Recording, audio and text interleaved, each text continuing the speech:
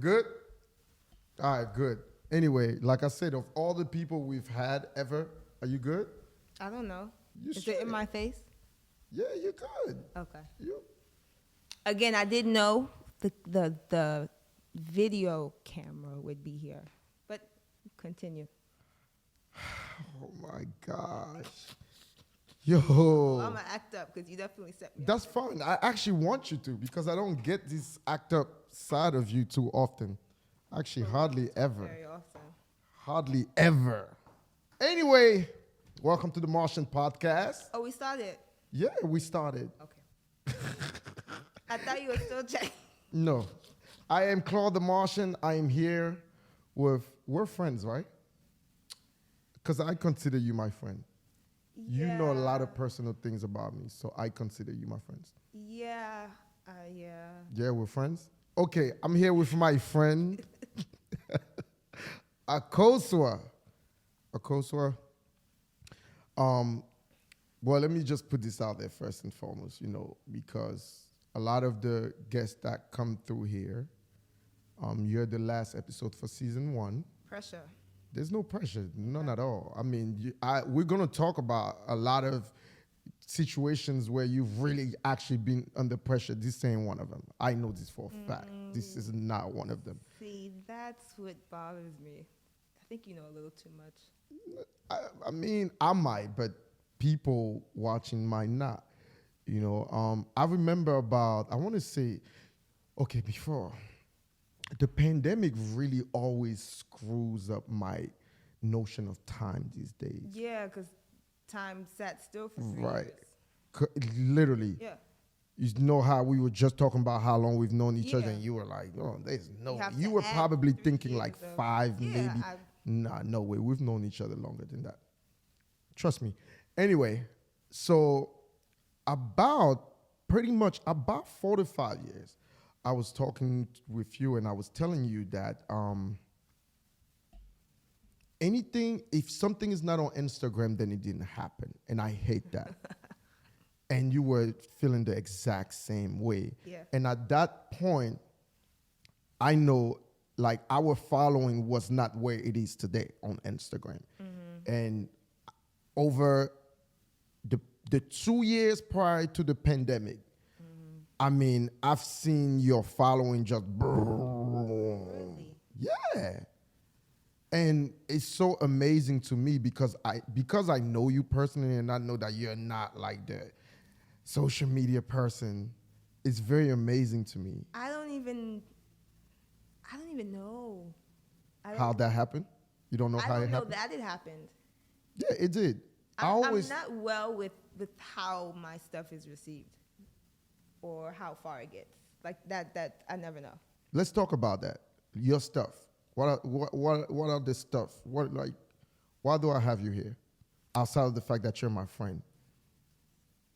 You know, You don't know? hoping you would tell me. Okay, I have you here because, me being a DJ outside, okay, I'm a DJ, yes. Yeah. But I love music. Right. And me actually loving music, I really appreciate the things that come along with music, and dance is one of them. Right. And you're one of like the dopest person that I know when it comes to, the dance thing. And not only because, okay, cool, there's a lot of people who can dance. But just like there are a lot of, in sports, they often say that there are a lot of people who have the talent, but you have the discipline. Okay.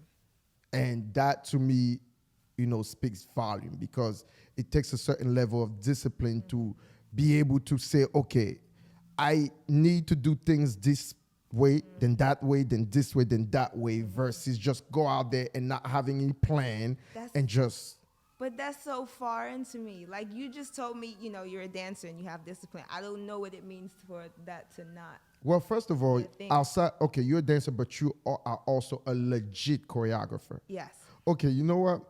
You're wasting my time. I'm gonna do something right now. Hold on, because I didn't want to do this, but you're forcing me to do this, and I'm going to do it now. Hold on, give me a second. I'm going on her Instagram, by the way.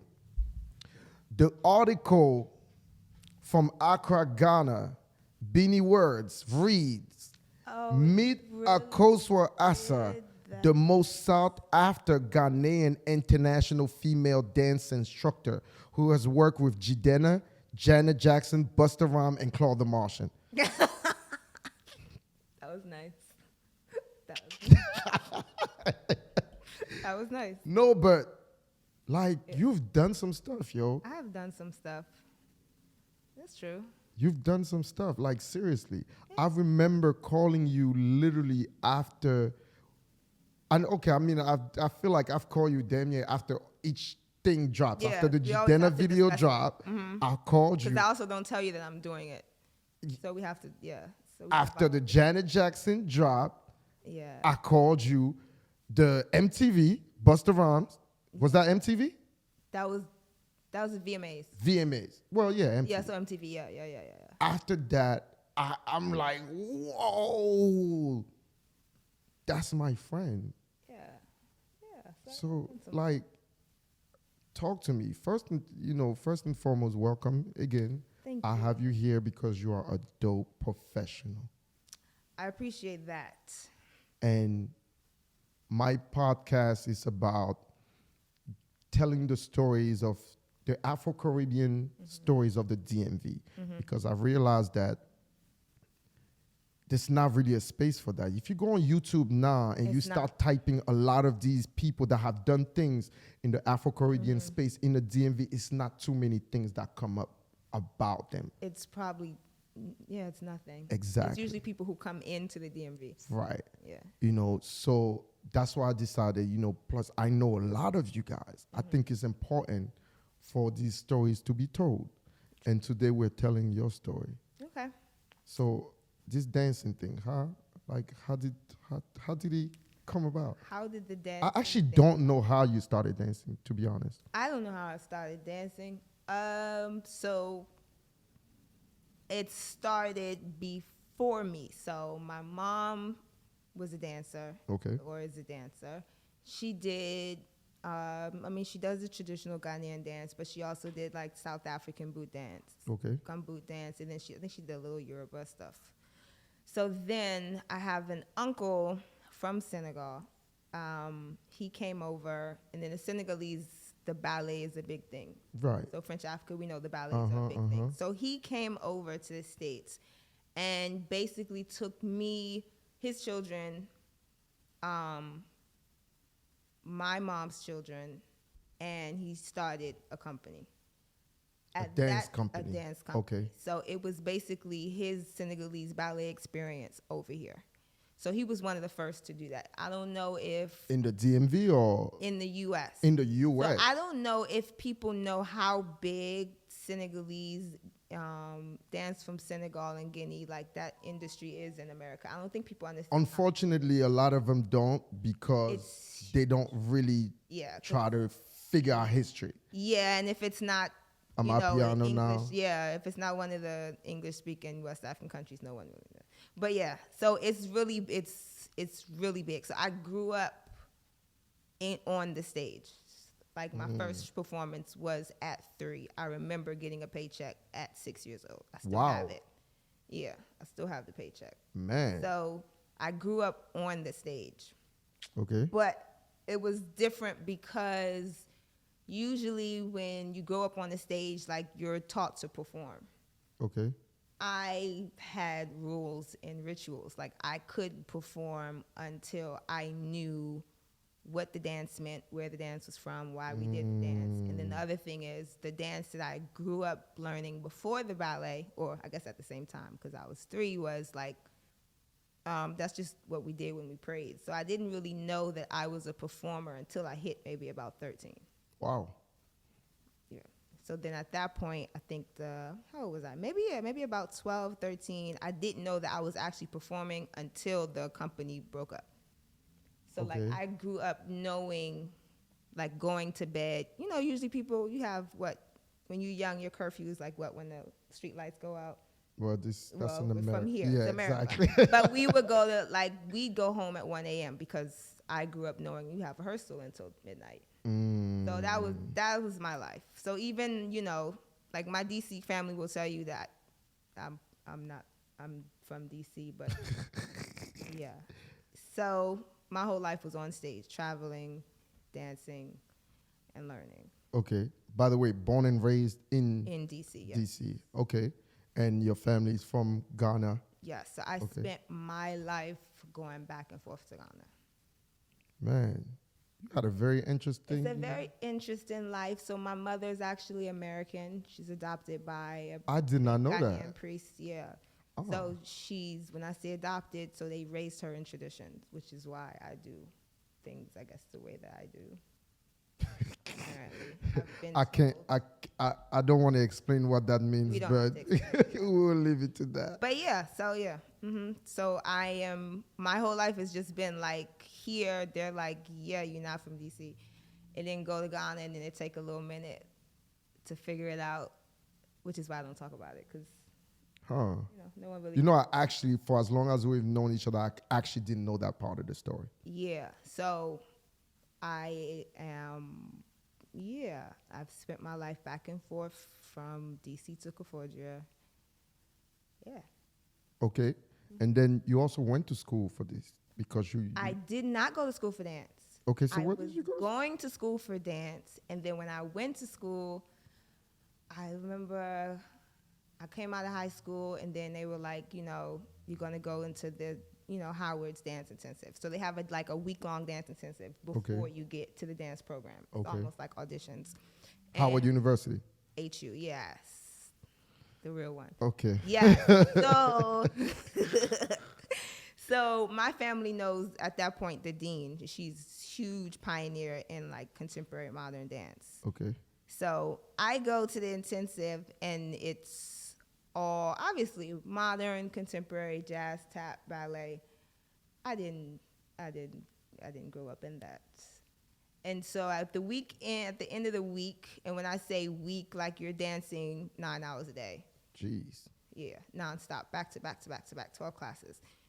At the end of that, there was maybe like one African, traditional West African class. So by the end of that, I was like, yeah, no, I'll just go for pre-med. So I did not go to Howard for med school, also because I know a lot of professional dancers, like their careers are over by the time they get to like early 30s. Huh. So that for me was like, okay, the way I learn dance, I'm not going to learn it in like a traditional, education setting. Got That's you. just not how, that's not how dance is for us anyway. Yeah. So I went to school yeah. for sports medicine. And my intent was That's what it was. Yeah, my intent was to help dancers prolong their careers so that their bodies don't break down. And Yeah. for us back then, before social media, dance meant that, like, you studied anatomy. It meant that you had to take basic class. Like, there was no dance without, like, a few injuries in your life. Like, you put in 8-hour rehearsals a day were normal. Like, that was that. Dancer meant that. So I'm glad you No said shade. before No shade at all. social media. So today, everyone has a dance class. Yeah, that's so for me. That's like I cringe. Like we had if you taught a dance class and like you weren't approved by your like subliminally approved by your trainers and whatever your dance community was, for you to pop up and say I'm teaching a class, that was like taboo. Yeah, it just didn't happen. Did not. No, but it makes sense what you say. It really does make a lot of sense because that's, to me, it's like, why are you teaching dance? If someone has an injury in your dance class and you do not know the first thing about anatomy, how are you going to help him? But the other thing is, like, when we, growing up, like, if you taught dance, you taught it because you were teaching dance principles. Like, you weren't just showing people How the to latest shaku steps. went. Exactly. Like, to teach dance for us is like, you have to know you have to be several layers above who you're teaching. Because it wasn't just like you're teaching the step. Like, it wasn't just like you're letting people know how to do the step. Like, you were making dancers. So like you had to know how to break down the dance principles. You had to know like the whole history of what you were teaching. Like you were supposed to like break that all the way down. Like I remember it was real strict. Who's bringing a phone into dance class? What do you mean mirrors? We don't dance with mirrors. I mean, even So today, just in general. it's very weird. It's still weird for me. Nah, I get it. Same thing like me as a DJ who started before the social media ever became a thing.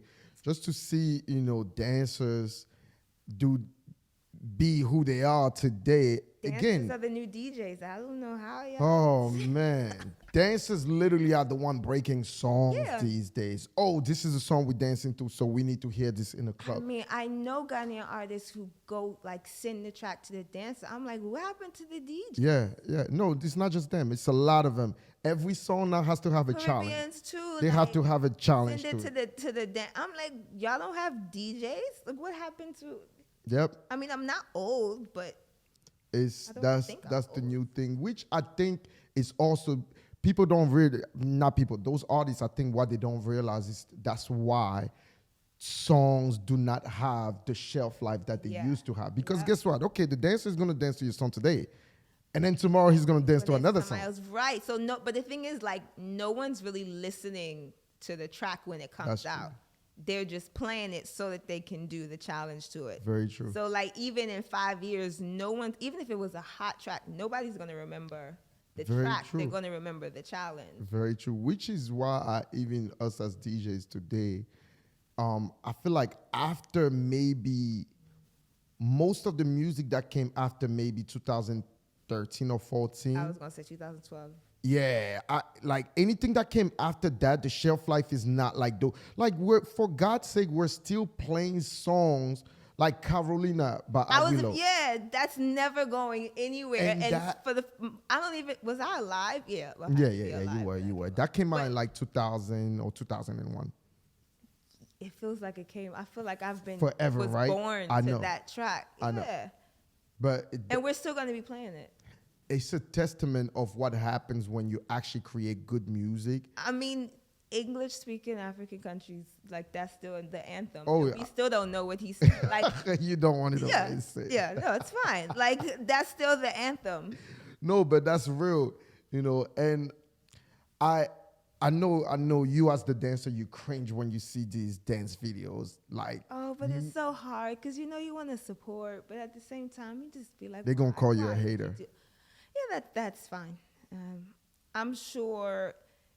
Somebody asked me if I have haters. I generally don't know. You do. But I don't understand that concept. Like I have haters because if I do, I don't know about them. Yeah, I mean, because most of the time, no one's going to tell me, and at the same time, I'm not going to. If I do, it's not like they're going to take up any amount of space. You're right, but most of the time, that's how the haters come. You never know who they are. I have never had any interaction. If someone did talk bad about me, it didn't get to me. So I'm pretty. If I do have them, but then again, you're that person. Distance. You're the person who you write and you say what you're gonna say. You post it on social media and then you go. Then I'm out. I deactivate every 2 weeks anyway. You don't look back and see what's happening with it, and which is very commendable. Yeah. And I actually decided that that's the approach I'm going to take with this podcast. I'm going to drop it. I don't care what happens, but I know that at least the next time someone Google someone's name in this space, it's going to be there for them to be able to see, oh, what was that person about? But the other thing is, like, conversation really is okay. Like, I don't need you to agree with me. That's true. To have a conversation. Like, you don't have to, don't agree with me, because then, give me something else to think about. You don't have to think the same. It's okay. So you've worked with a lot of these stars, and off cameras, we've had some conversations, and you actually give me the tea on how these things go about. Yes. Now, I don't want you to come here and tell, because the one thing that I said, I'm petty, I'm not messy. I appreciate that. So I don't want to be messy, but that. I do want you to tell me something. Well, not to me. Anybody coming up in this industry, like, what is something that if you had a little sister, she a daughter, little sister, whatever. She's coming up in the industry. What is one thing you would tell her to guide her through all of these things that you've gone through already? I will say that I am fortunate to have skipped quite a few steps because of who I was as a dancer. So in the dance industry, like for a long time, I would not say that I was an African dancer. Because as soon as you hear that in the dance industry, it's like if you say somebody, you know, I'm a ballerina. She's disciplined. You know, her rates are up. You know, she can hit anything I need her to. You know, it's art. It's respectable art. If I say, you know, I'm a hip hop dancer, they're gonna know. Oh, she has this following. Right. She's probably associated with these artists. If I told somebody anything, jazz, they already have. It's a specific. If I say I'm an African dancer, what are they gonna think? Coming to America, or just maybe a quick 5 seconds on an African themed video in the fake jungle somewhere. So for a long time, I did not say that I was an African dancer. Let me tell you, I totally understand what you mean, because even I'm the same way. To date, I don't even tell people where I'm from, because I don't tell people. So that's automatically really is like nobody knows where I'm from. Everybody's always just like, there are no flags in your bio. Well, what difference does it make? I'm not exactly. What difference does it make? But so I thought that for a long time that was like a hindrance for my career. Okay. But I actually skipped a lot of steps. Like, and I'm just gonna let it out. It's gonna surprise a lot of people. I have never auditioned for a gig. Wow. In my life, the first, like, I was traveling and teaching regularly since, like, I think my first time I taught a class, I was 15. That was my first adult class, and then I was teaching at Dance Institute of Washington. So I kind of started up. Okay.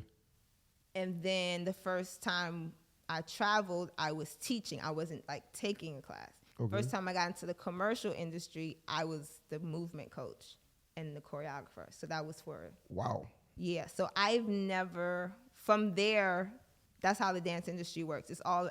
At one point, it's just your name. So... Okay. You know, and who you know. So then I started, you know, they're like, okay, I need you to come in and do this. You know, dancer or choreographer, I need you to come and do this. I need you to come do this. Because now, at this point, when you hear African dancer, okay, go get her. Gotcha. She'll either be like a consultant or whatever. But I did. Oh, you're more popping than I thought you were. I skipped a few steps. So I will, and the audition process is very big for dancers in the commercial industry. So like that's a whole thing that I can talk to you about it from the opposite side of the table. Okay. But I will say that being an African dancer, and I don't mean, and again, no shade, being an African dancer and not an African content creator has taken me to certain... I said, why would you hype it if I said no shade? But no, so like I've never, because they automatically, when you go and anytime I step in the room, they say, you know, like the first time I did it with Jadena, I was like, okay, we're going to sit down and I'm going to explain to you what, because you know, what was that? Shaku was like getting beat to death. Yeah. If you Shoki one more time. So when I walked in there, I was like, I'm going to give you the whole breakdown, why Shoki looks like this, why Shaku looks like this. And I think from then on, it was like, if you hire her, she's going to give you like a whole background history. story. Yeah. So if I'm talking to somebody, you know, coming up, I would definitely say it's easy to want to do as much as possible, book every gig as possible, just run in, do what they want you to do, and leave. I would say that is probably the best way to burn yourself out and get absolutely nowhere. You're going to get a bunch of followings. You're going to get a lot of content. But you ain't going to make any money out of it. You're not going to make any money. You're going to be chasing gigs for the rest of your life. You're supposed to go from dancer to consultant to choreographer to director. I know 40-year-olds who are still on stage or auditioning with 18-year-olds. Damn. And their catalog, their resume is insane. Extensive. And you should not be in that position. But it's because you're just like, they say a big name, oh, I have to go do it. Is that good for who you are as a dancer? And I mean, dancers are at the bottom. Like we're the bottom feeders, because once the production is over, who cares about the dancer? I didn't think about that. We're the bottom feeders. Like we are the display. We're the Yeah, y'all make the whole thing look good, right? So when it looks good, then why do they need to hire the dancer anymore? So if I'm telling someone who's coming up in this industry, I would definitely say you have to go for a little bit more than what's seen face value.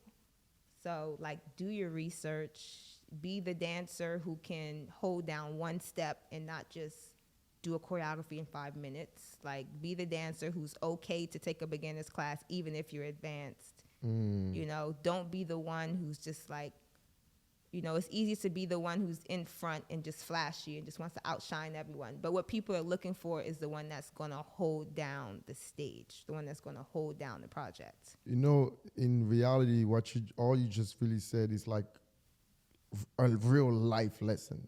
Study just your craft. Just in real life, just be about that. Be about your craft. Don't shortchange the craft.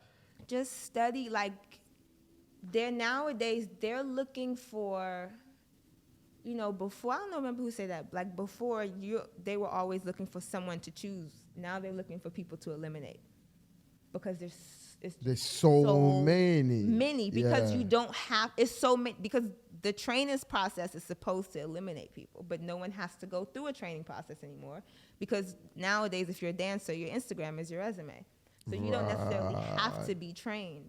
So now when you go for these gigs and to build your business, they're not looking for people to choose, they're looking for people to scratch off. So do you think that in actuality the dance scene now is watered down? Yeah. Yeah. So in an industry that's watered down, be the one who might not be as flashy, but like you stand out because your skill is on point. So even if you don't get hired for that one, your name is going to be in the direct. So the other thing, you have directors, then the director has a team of people that they work with, and the team of people has posse. The posses are going to probably be at the audition, because the director has to tend to other things, the right? Producer and you know the director of the actual project. So a lot of times most people just like, oh, I know who's doing the audition, so I'm gonna just go because I know him. But at the end of the day, when the director sees you, your name is in the director's head, not her assistant, or not the person who runs with her or handles her social media. So so if you're coming up, I understand it takes a little longer, but just like be about your craft, not how much you show or how many people are following you. Now it kind of feels like I'm interviewing you, which I didn't want to, which I didn't, Could we make a turn? A turn? We're not making any turn about it. This is about you. I'm still not interviewing you. Anyway, you know, of all of these things that you have done, right? Yeah. You know, I know that this is one of the things that we actually talked about. And you told me that the traveling can be excessive. The room and board can sometimes not be the best. I just pay attention. I'm going somewhere here. Right after Afro Nation, the Shade Room did. They do this thing where it's like the Shade Room investigate. This is a new segment that they do. I know you're not. You don't. I know. But it's a new thing that they do with this guy. I forgot his name, but he's actually really good. So they did this, the Shade Room investigate, and there were a bunch of dancers who came out against Afro Nation. They had videos of, the room and board. I mean, roaches and all of these things in Puerto Rico. They were saying how they were giving like 1 meal a day. It was giving Fire Festival for dancers. And like they pretty much, even the amount of money that they were promised and all of these things. I could have told you that. I say this. So where I'm going with this, right? I often tell people, I'm like, yo, I get treated so much better by outsiders that book me. Oh yeah, yeah, yeah. My own Oh people, yeah, like our yeah, own yeah. people, when they book us, it always feels like, oh, Like we're you doing them a should be favor. happy that I booked you. Exactly. You should be grateful that I booked you. You know, so I just wanted to kind of know. So pretty much you agree with me on this. Yeah. Because we've talked about these things. Yeah. So a lot of times these gigs will come up, especially like the Afro, the festivals now. Mm-hmm. Even some like if a new artist comes up and it's like a Afro, I really hate that term, but if there's like an African something theme something, they're like, oh, why didn't you do it?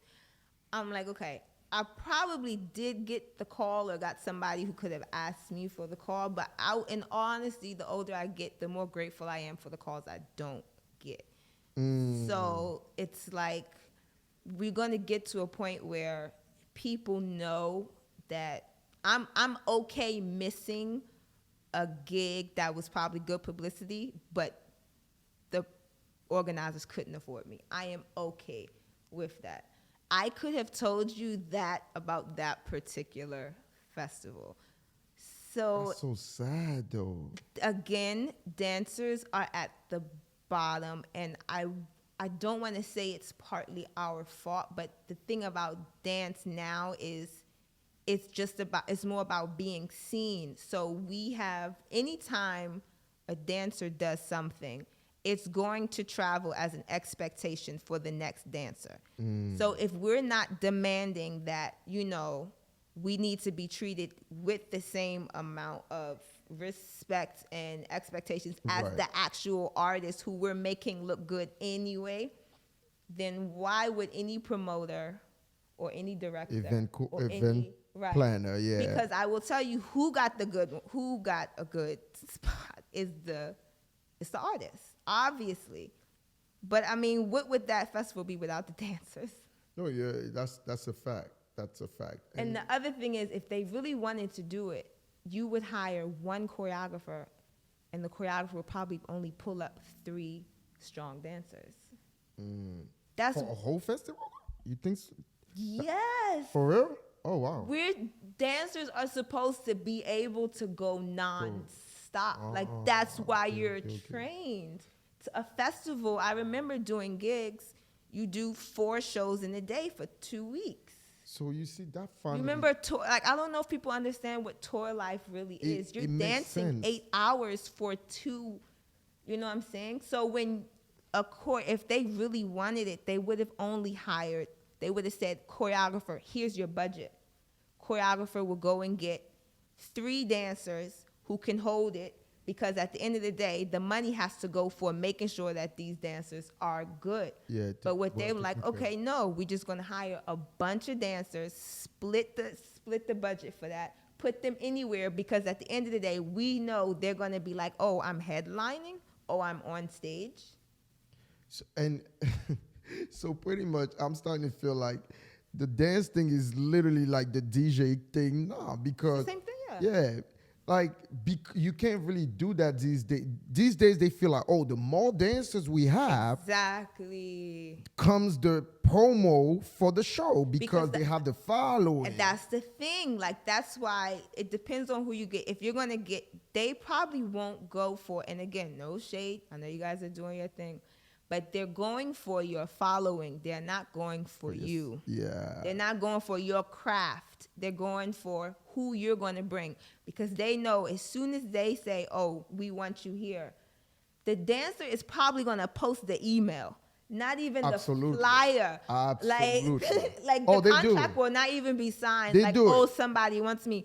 Not, So as soon as they post that, they've already have that's free publicity. They don't have to pay nobody for advertisement.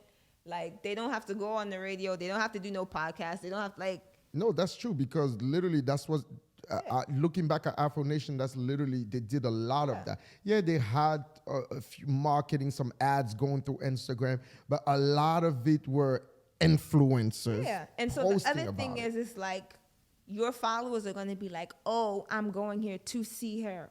Oh, we're in the same space. Oh, I took her class. So now they're going to share. They don't have, it's not about, and I hate to say this, but they need to know, no one is going after you as a dancer. They don't care. Because at the end of the day, a festival like that is gotten to the point where it's not really about the art. It's about how great they can make this event look on video so that you can go to the next one. This is quite incredible. Sadly. No, because it's the same thing. That's what we went from parties where we like 6-7 hour long party. We have maybe 3 DJs to now we have like 10 DJs. That's so weird to me because I mean I don't go out much, but I remember the last time I went out, I was like, why is the music? Why is this? And they'll all come and play the same thing. Yeah, I'm like, I just listened to this 4 times. Oh, it's another DJ. Why? Yeah, I think it's the same thing with you guys as well with the dancing, with having so many of them just doing the exact same thing. I promise you, you know what? On a weekly basis now, I'm going to come out with my own dance videos because I already know all the moves now. So, but you'll be good because then that's an act. Oh, he's a DJ and he knows the moves. Oh, you know what? That's already You onto something here. You could have did that before. I remember the first time I saw you on stage. I don't even think we met yet. I think it was at Fali Pupa's concert, like somewhere, Maryland, somewhere. Bellsville? Yeah. No Your way, locks you were like there? Right yeah, I was on stage. It's a picture of me dancing real? with him. It's a picture of me dancing with him on stage. Yo, Akosua, and then I think that's when that was actually his first time here. Yeah, it was. And I was like, oh, I have to be there. They did like a, what song was that came out? What was, is that the one that came out?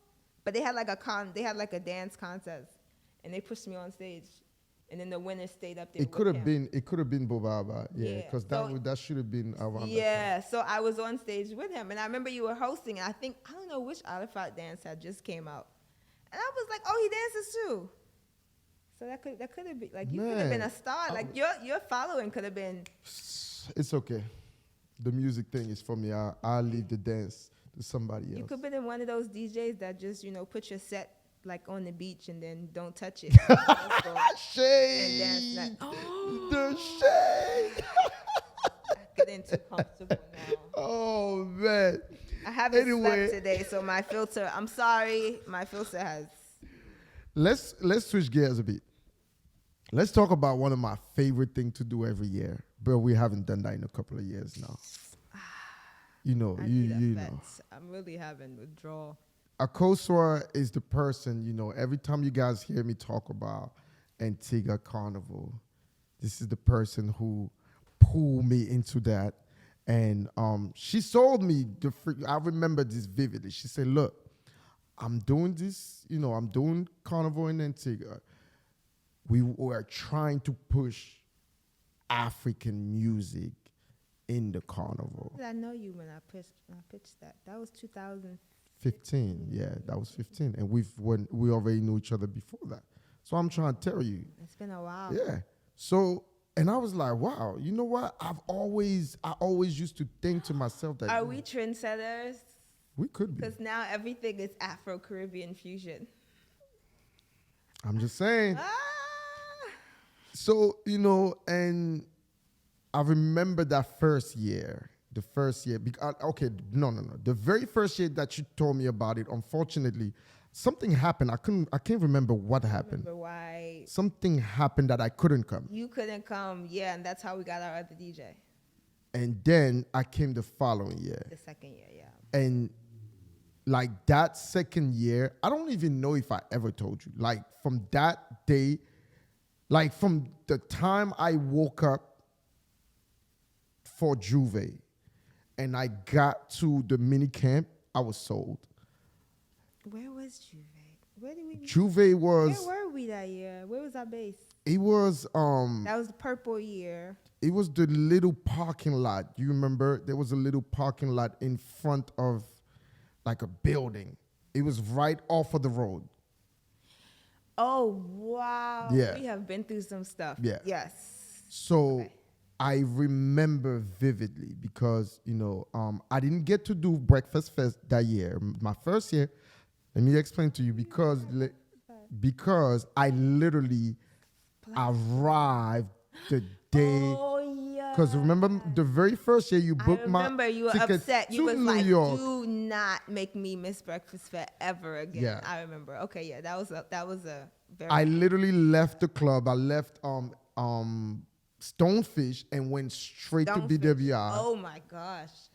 Went straight to BWI, took a train from I BWI to New remember. York, Oh my. and then took a flight from JFK to there. I Yeah, remember because I remember at Breakfast Fest, I'm like, where is he?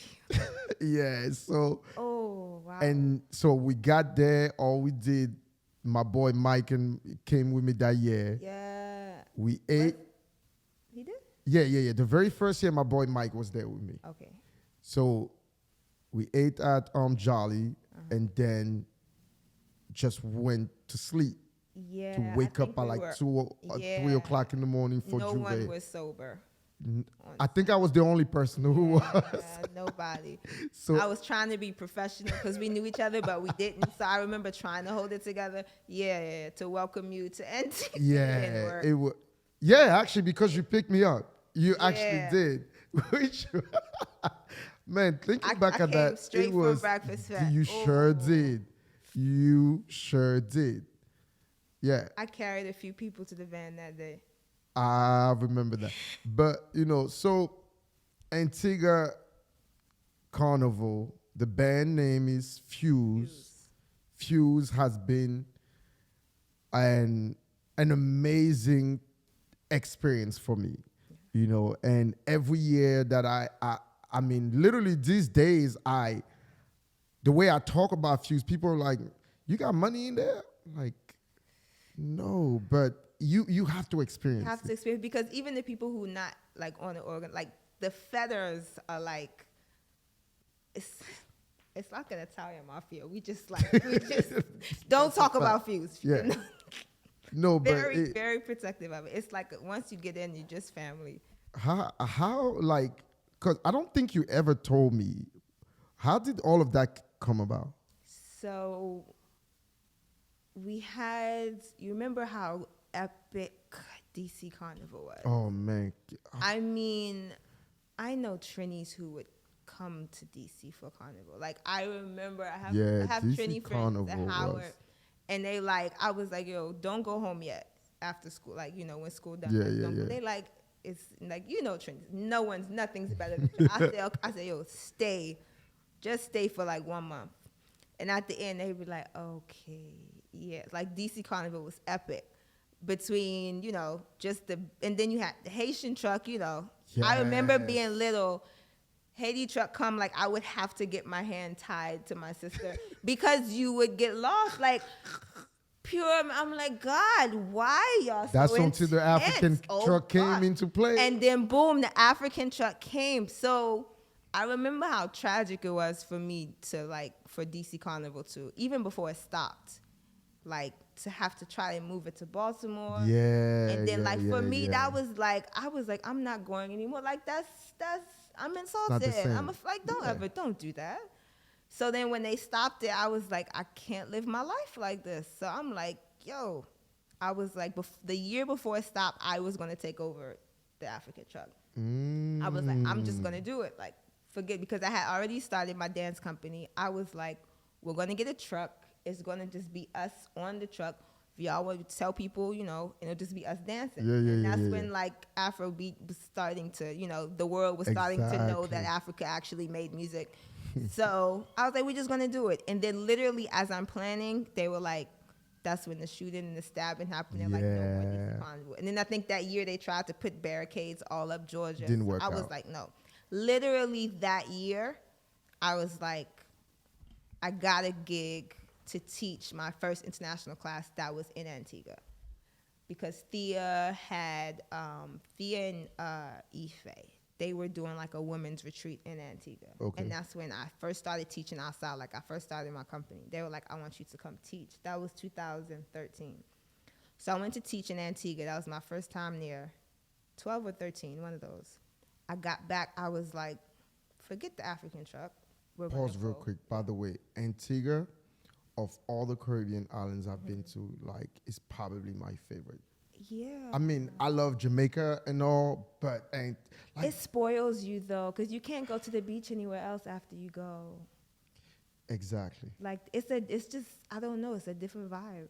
Antigua, yeah, It's you a just have to different- experience. It's one of those things. It's almost bad in a way because if you're there for too long, the rest of the world just Tell me about it. Anyway, but yeah, so you decided. made me feel good. Anyway, so we taught in Antigua, and then you know me, I've actually never been on vacation. So anytime I travel, I'm like I need to make We need to things make something work. happen Yeah. here. So I got back and I'm like, they're like, no more DC Carnival. So I was like, Thea, I need, because we went literally the week after Carnival.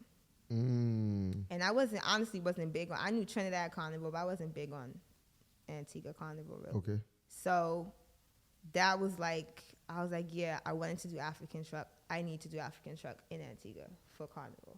Because the whole time we were there, they were like, why did you come a week after Carnival? Because we went like, you know, Independence Day, that kind Okay, of okay, They were okay. like, why would you come a week after Carnival? Yeah. So, But knowing that now, you know why they said that, right? The whole time, I'm like, what are you talking about? Tickets were cheap. I came when I wanted to. But yeah, they like this, yeah. So when we got back, I was like, forget it. I need African truck in Antigua. So at that time, you know, I'm teaching Asa. And I'm like, at this point, that's like the only Afrobeat kind of dance class happening. Yeah, That's because it wasn't, 2012, yeah, these things that's 2011, happening now. 2010, nobody else was listening to it. Nobody was teaching in Dombolo like that. Right. So then at the same time, my girl who I've been dancing with since Howard, she was starting her soca dance fitness kind of class in Oh, New York okay. at the same time. And I'm like, you know, we out of school now. We trying to push it, but we don't want to go in the same direction as most dancers. We don't want to work for anybody. Let's do a joint class. And I'm like, you know, African class, you know, African music, and in soca, you do yours, we go back to back. It's a 2-hour class. Okay. Right? So she's like, okay, bet. I'm like, yo, we're going to call it fusion. Because, you know, African, blah, blah, blah. So then in my mind, I'm like, you know, yeah, that's corny. So I was like, Not that's cold. no, it was just, I'm just looking at it because, you know, I do all the graphics. Like anytime I do everything. Yeah. I'm like, yeah, this is what. So now I was like, okay, Fuse. So Fuse was actually the name of the class. It was the name of the I didn't know event. that. And then it got to the point where I'm like designing costumes and I'm like, oh, I can't curse here. I'm like, wow. No, you can. I was like, oh shit, there's no name for the band. So the class was supposed to raise money for us to put the band together. Okay. Like to do the costumes and everything. And I'm like, I'm sewing costumes. Like we're literally doing all of this, going back and forth, setting things up in Antigua. I'm like, yo, there's no name for the band. And then I was like, it's Fuse. So then it's like just give it the name Fuse. So yeah, that's how I started. Wait, this friend, is she still part of it? It's Shola. Oh, I didn't know I that. didn't say her name. Yeah, Shola Yeah. Roberts. Huh. Big. She's doing her thing in Grenada. Like she's, Okay. yeah.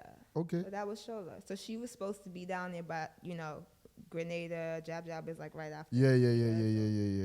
And at that time, I was like helping to choreograph for this like African band in Trinidad. So like, I would literally for I think like 5 years, I was like in Trinidad every summer just teaching. So what I would do is I'd be in Trinidad for 1 month and then go right over to Antigua and do Fuse. So I was high off Carnival anyway. Like I was, yeah. Wow. And then how many years it's been now? 6, 7? 2015. Obviously, we skipped the We apocalypse. did we do 19? We did 19 was the last year we did 19. I was Vibranium. We did 19. Yeah, then 20 was 20. the All those panoramic. costumes were. Yeah, the costume were looking.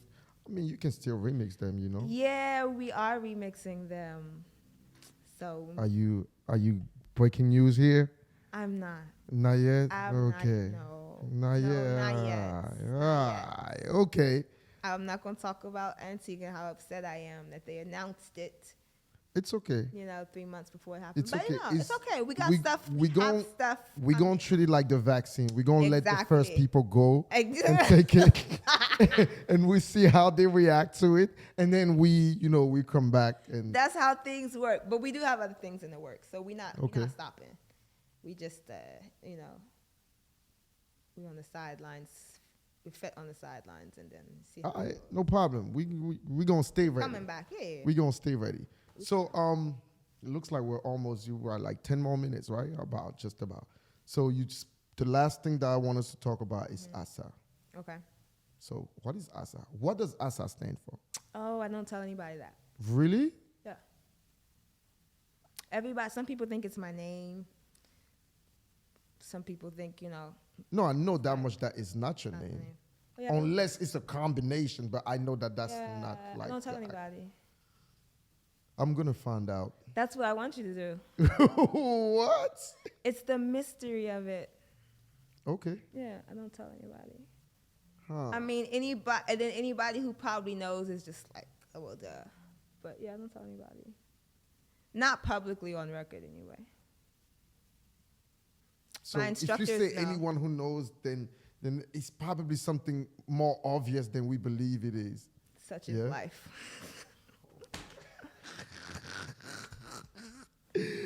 That was good. Anyway, so but ASA is your dance company now, and you have instructors in various cities. Yeah. So I started on accident. On accident? Yeah, this was back because I was who really wants to be an entrepreneur? Anyway, I was Tell me about it. Yeah, anybody who willingly goes after this needs therapy. I was in school. Remember, It's a scam. It is like formal education. I was in school for sports medicine, right? And I just needed some money. So I'm like, okay. At that point, I think Zumba was just coming out. Okay. And then Whatever happened to Zumba? Sorry, I know I just keep. oh cutting no, you it's off, but big. It's still going. Is it? It's to the point where it's just like it's Zumba. It's just like it's working out. That guy made I think $6 million in his first 3 years or something like that. Jeez. So who cares where is it? He doesn't care. Like who cares where it is now? It's just everywhere. So and a bunch of stuff came out of it. Mm-hmm. They even tried Go-Go Zumba, the poor thing. Oh, not the poor thing. Because Zumba came after them. I think they got sued or something. They had to stop. Really? It was a go-go. I don't mean to put anybody on blast. What? Yeah, it was go-go Zumba. It was like $30, like $1. You come in, and it got to the point where Zumba was so big, it was just anything that was considered fitness while dancing. That's why he's so brilliant about it, because there's no real no real definition of what it actually is. Yeah. Okay. But you can, if you say that you're a Zumba instructor, then you have already but whatever. So I was in school, and I was like, I need to pay for something. Education, food, so I need money. So I just went to like a few local gyms, and I was like, I'm a dancer, and I'm in school for sports medicine, and I could work people out. And they were like, okay, what can you do? So I just did some quick audition on the spot, and they were like, okay, take these classes. So then I'm teaching, like literally just like working people out and teaching Afro beats or Azonto or Ndombolo. Nobody understood what coupe was at that point, but I was teaching it. And then, I stopped because I graduated, and I thought you get a job after you graduate. You don't, that doesn't America. happen. So, that doesn't happen. So after I stopped, I quit dancing. I remember that. I was like, I'm not going to be a dancer anymore. Okay. Because at that point, I remember doing the most horrible gigs just because I needed money. Oh, man. I remember looking up one time, and I'm like full decked out. Like, it's not a costume for me, and I looked back, and it's a giant AIDS poster. I was like, okay, yeah, I'm going to stop now. So I took like a year off. I didn't dance for like a year. Wow. So I went crazy, and everybody was like, yo, just start teaching classes again. So then I was like, okay. So I started teaching the same classes. Okay. And then I was like, let me just brand it. And my lawyer sister was like, you need to make this a business. And so that's how all of it came about. I wrote the fitness manual and then started training other people, because the demand actually got pretty big, and I couldn't teach 20 classes a week. Wow. So, so we started training instructors, and now Yeah. So I know Everywhere. for a fact you have Atlanta, you have New York, you have the DMV. Where else? You have We've any? had a lot of instructors, your certification is expired, so they stop teaching Ah, after okay, a okay, while. okay, okay. But we have New Zealand. We had a few of them traveling. We had a few classes, Ghana, obviously, Nigeria, Senegal. That wasn't regular. It'd be like class events because instructors went. Okay. We had Trinidad for a minute. So in U.S. now, I think we have regularly Atlanta, New York, no more Cali. I think we had Chicago. That's done. But Guys had Detroit at some point as had well. Detroit yeah. at some point, Ohio. I don't think we had. You never had Miami? Of That's what I'm anything thinking. in I feel Florida? like we had Florida. I don't remember. It's been 11 years. 11 years. Wow. Yeah. You're like the second creative I get up here who started their thing like super young. Yeah. So looking back at everything you've done, what is one thing that you look back at and say, yo, I'm so glad I did this specific thing? In all honesty, I'm glad I stopped dancing for a year because I would have been chasing gigs, still chasing gigs for the rest of my life. Like, it's really good to just kind of sit back and study where the industry's going, even if it's on accident. So, I mean, I'm still, again, who really wants to be an entrepreneur? And, the government can't really tell you how much you make. And, like, who really wants that? But, I tell my neighbor this every time I leave the club and I come back home super late, and then I'm up the next day because I have to go DJ someone's wedding. When I walk out the house, he looks at my face, he say, go ahead, tell me about how shitty it is to be an entrepreneur. Yeah, but because people think because you don't clock in and sit at the same space, but it's actually worse because when y'all leave work, you leave work. And you leave that behind. You leave it until you clock back in. You literally sleep like, okay, I have to put that order in. I have to do that. And then you wake up like, I didn't put that order in. I did, like, you don't leave it behind. Yeah. And until we get to the point where we can take a break and the money keeps flowing, it's going to be like. So you say you don't take vacation. To date, you still don't? I've never actually been away and not working. I mean, as an entrepreneur, you can't really afford to do that. But at some point, you're going to have to. Yeah, and I'm working on that. For your own sanity, you're going to have to. I'm going to have to learn how to. Because think about, even if you go to another country, you'll just be like, you're getting ideas. Even when you're resting, like, you're getting ideas. Like, you could be on the beach and plan an entire event at that spot. Absolutely. And then when you go home, you can't not. I have my best ideas when I'm on vacation. Like, the best ideas I ever come up with, it were in terms of DJing. Yeah. They always come when I'm on vacation. Yeah, and then it's like you can't not make it happen. No, I get it. So I get it. I'll try, but I don't know. I told you off camera, but I'm going to say I like your classes, man. Thank you. Pretty fly. Thank you. I'm glad we did a video. For some reason, I just don't believe that I did not. Well, here's the thing about text messages, Claude. What's the thing about? Now, I can prove that you did not tell me that there would be a Let me see. Hold on a second. Go ahead. You said we're going to record it. We're going to record the podcast. I said, are you free this week to shoot? There it is.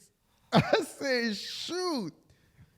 So because I'm like, I know. You're actually one of the very few people I can't set up. It's in my best interest not to ever set you up. So I wouldn't do that to you. I did not know. But you also know that you need to tell me certain things more than once. You're right. And you also know that that's something that I would fuss about when I got in here. So you did not really emphasize that the mics were not the only piece of equipment in the room. Okay, but It all worked out. You came here, fly, glasses, fly. Maybe to you, you might not be. I mean, you're pretty fly right now. What did you want to wear? Your regular gym clothes? These are my regular. This was just in the car. This was under my uniform. Anyway, before we go, I know we literally at the 1 hour mark, but Oh, good. how are you doing with all of your Ghanaian compatriots? Like none of them call you for Ghana independence anymore? Dun, dun, dun. Nah, I'm being messy. Where? Nah, the DMV? yes, in the DMV. Of course, in the DMV. Where else? I feel like they may. I didn't have a lot. I didn't know nobody. Did people call me for Ghana independence? Some people called you. I'm gonna just leave that alone. I think because they know that we're close, they probably shouldn't. There was one correction, one incident where things had to be smoothed out, and that may have made its way through the Ghanaian DMV community. Really? Yeah. Oh, I wasn't aware of that. Yeah, you were. You may have blocked it out. Really? Yeah, there was an incident that had to be. We had to smooth things over. I can't remember. Yeah, that's probably a good thing. That's fine. Okay, very last thing, because we talked about dance. Obviously, that's that's your space. But let's talk quickly music. How do you feel about the music that's coming out of Africa today? I'm frustrated. Straight like that. No, let me take it back. I'm proud of Ghana, and I know it's going to sound like I'm biased, but I'm really proud of Ghana right now. How so? Just the music that's coming out. Okay. Like, even if you look at how hip-hop in Ghana has kind of gone in the last, since hip life, like, it's to the point where, like, the sound is, like, sticking in now. Okay, I hope so. I'm very proud of Ghana, and I knew everybody. I said this before. I said Azonto is gonna come back, and when Azonto comes back, it's gonna be a bunch of different styles that come out of it. It's gonna be a bunch of different artists who really lock in their style. I mean, look at Black Sheriff. Isn't Kwaku the Traveler like the #1 streamed song? Yeah. So I will say I'm proud of Ghana. I'm proud we went back to Azonto. Do you like Kwaku the Traveler? I do. Really? I do. You don't like it? Okay, let me say this. I'm not big on just drill music in general already. Now, African drill, it just kind of makes me feel like... But it didn't come off. You know, it's crazy. I think because I listened to Second Sermon first. Okay. There's a but, though. In fairness. So, I had... Okay, let me be very honest and fair. Until I really said, okay, you know what? Let me actually really listen to Kwaku the Traveler. That's the day that I actually really listened to Second Sermon. Because I never really actually did. I just kind of played it and never really listened to it. And that's when I started to like it. Because so many people were, I have this thing where if a lot of people are on it, I don't mess with it. Because some people were on Kwaku the Traveler, I didn't really mess with it. But I liked Black Sheriff from before. Okay. But I saw him perform it live before I actually listened to the track. And I was like, okay. And then I listened to the second sermon, but I listened to the remix with Burner. No, and then I saw the video. I was like, okay, yes. Speaking of Burner, did you get to watch the concert? I watched it. I was so mad I wasn't there. And it gave me so much life. And hope. And that's what and hope. It gave me so much hope for the whole thing, though, not just for the music, but like for the dance. And you know, Africans have this thing where, like, I mean, I'm not Nigerian, so I try to stay out of Nigerian business. But I remember when Burner came out and nobody was messing with him. So. Oh, and everybody is a Burner Boy fan. Everybody I mean. And a Burner Boy know it all. I remember when Burner came out, and it wasn't until he had to leave and change his kind of aim audience-wise, where everybody was like, you know, somebody told me it was like, in order for Africans to really accept it, Europe has to make it popular, and the West has to play it. And what blows me is that everybody says today, oh, Burner is so arrogant. Burner. They said when he did Coachella, that was the thing, right? He's so arrogant. Y'all forget that y'all did not appreciate this man from when he came out. Y'all did not and embrace his style him. has not. It's not like he switched his style It's up, been or he switched his sound up. Because when I say it, people say Burners has been pushing the same sound since the beginning, and I said it before. I said, oh, when Wizkid started working with Drake, I was like, okay, so nobody gonna say that they just snatched Burner's whole brand. But yes. I'm I'm just to that. just, I'm over here, and everybody's like, when he came out with, I think I did a dance video, one of the few ones I'll actually do to one of his tracks. I don't remember which one it was. And everybody started texting me like, oh, who's this new artist? Who's this new artist? I'm like, okay. How'd you feel about I'm being petty now. I'm not gonna say it. I'm not gonna ask you that. You're gonna ask me about the dance at the concert? No. I was gonna ask you about a specific dance, but I'm not gonna do Go that. ahead. Sure? Yeah, it's fine. How'd you feel about the Killing Them dance video?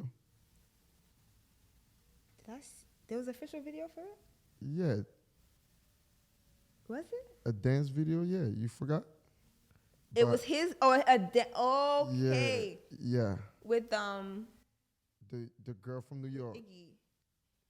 Yeah, it's crazy. So Anytime a black person has to start with, it's crazy. because so before that, and I remember I told you like I've been a Burner fan since he came. Right. But no one's gonna until whatever.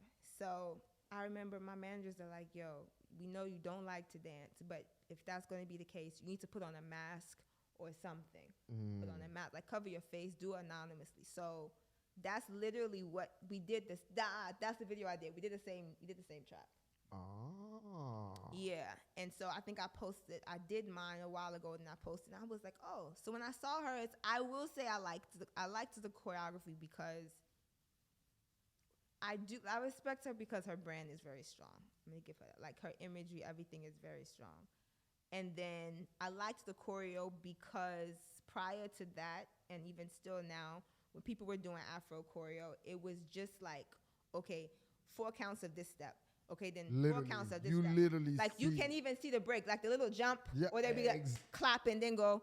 So I thought I was the only one to see like that. Nobody was really like sinking into the music. Like if I see a video and I can automatically do it, it's not choreography. You just slapped a bunch of steps together. So when I saw hers, I was like, oh, she has By language. the way, that's going to be the Instagram snippet that I'm going to post of you just saying that. If I see a video. I posted something and then so many people came after me. That's fine, whatever.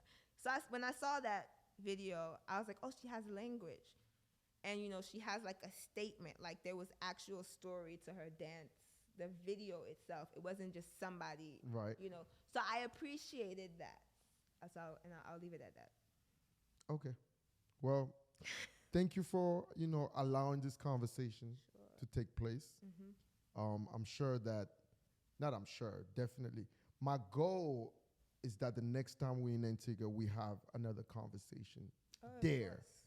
Yeah, we have to. Yeah, we should definitely do that. It has to be longer though, because we. No, of course. When we get to Antigua, everything's gonna come out. So because this is just the first season, I was trying to keep everything to like an hour so that people are not. Yeah, when we get to, and then I'm in another country, so. Yeah, a little more. Yeah. I like that. Yeah. All right, y'all. This was the Martian podcast with my good friend Miss Akosua of the Asa Dance Company. There you go. That's good enough? Yeah. All right, we out.